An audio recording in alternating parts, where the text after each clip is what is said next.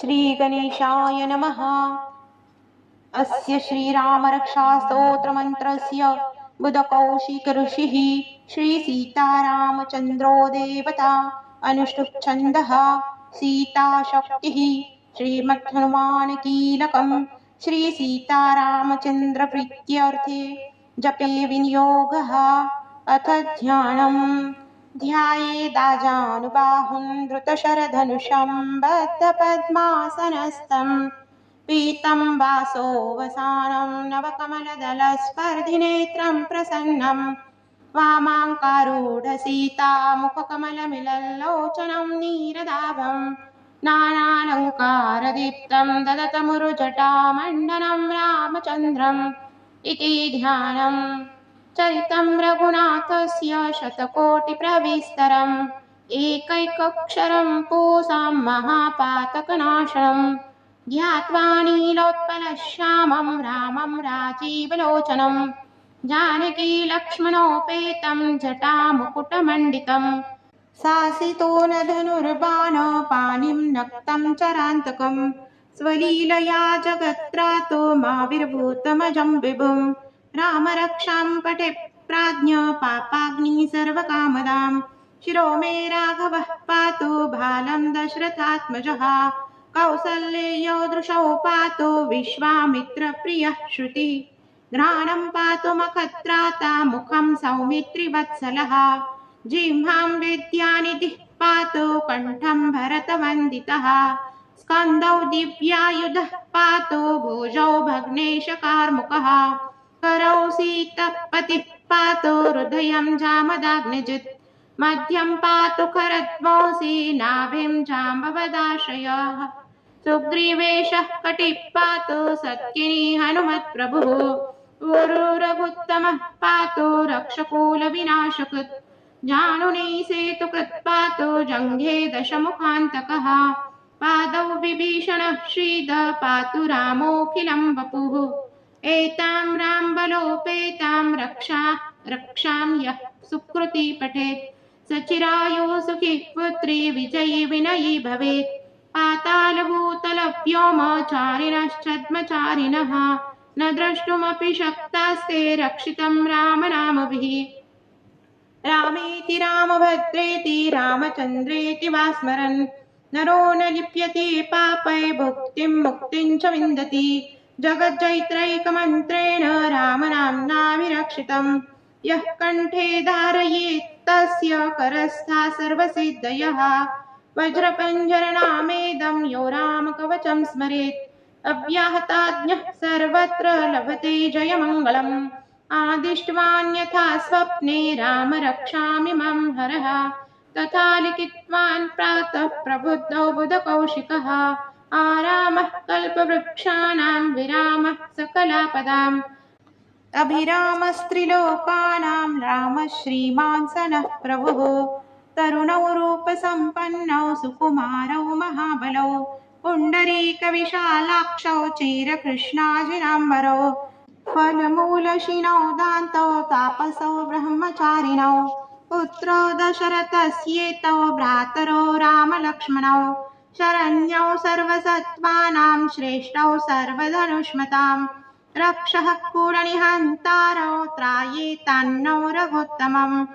आक्तसज्जधनुषा विशुष्प्रशा वक्षया शुङ्गनिशुङ्ग संगिनौ रक्षणाय मम रामलक्ष्मणावग्रतः पति सदैव गच्छताम् सन्नद्धः कवची खड्गी चापबाणधरो युवा गच्छन्मनोरथोऽस्माकं रामः पातु स लक्ष्मण रामो दाशरथी शूरो लक्ष्मणानुचरो बली काकुत्स्थः पुरुषः पूर्णः कौसल्येयो रघुत्तमम् वेदान्तवेद्यो यज्ञेशः पुराणपुरुषोत्तमम् जानकीवल्लभः श्रीमान् अप्रमेयपराक्रमः इत्येतानि जपेन्नित्यं मद्भक्तः श्रद्धयान्वितः अश्वमेधायुतं पुण्यं सम्प्राप्नोति न संशयः रामं दुर्वादलश्यामं पद्माक्षं पीतवाससं सुवन्ति नामभिर्दिव्यैर्न ते संसारिणो नरः रामं लक्ष्मणपूर्वजं रघुवरं सीतापतिं सुन्दरं काकुत्स्थं करुणार्णवं गुणनिधि विप्रप्रियं धार्मिकं राजेन्द्रं सत्यसन्धं दशरथतनयं श्यामलं शान्तमूर्तिं वन्दे लोकभिरामं रघुकुलतिलकं राघवं रामनारिं रामाय रामभद्राय रामचन्द्राय वेधसे रघुनाथाय नाथाय सीताय पतये नमः। श्रीराम राम रघुनन्दन राम राम श्रीराम राम भरताग्रज राम राम श्रीराम राम रणकर्कश राम राम श्रीराम राम शरणं भव राम राम श्रीरामचन्द्र चरणौ मनसा स्मरामि श्रीरामचन्द्र चरणौ वचसा गृह्णामि श्रीरामचन्द्र चरणौ शिरसा नमामि श्रीरामचन्द्र चरणौ शरणं प्रपद्ये माता रामो मत्पिता रामचन्द्रः स्वामी रामो मत्सखा रामचन्द्रः सर्वस्वं मे रामचन्द्रो दयालु नान्यं जाने नैव जाने न जाने दक्षिणे लक्ष्मणो यस्य वामे तु जनकात्मजा पुरतो मारुतिर्यस्य तं वन्दे रघुनन्दनं लोकाविरामं रणरङ्गधीरं राजीवनेत्रं रघुवंशनाथं कारुण्यरूपं करुणाकरन्तं श्रीरामचन्द्रं शरणं प्रपद्ये मनोजवं मारुततुल्यवेगं जितेन्द्रियं बुद्धिमतां वरिष्ठं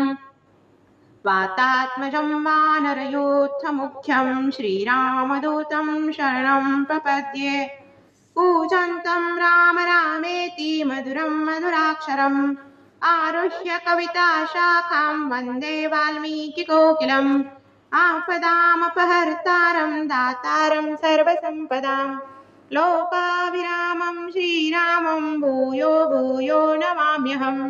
भर्जनं भवबीजानां हर्जनं सुखसम्पदां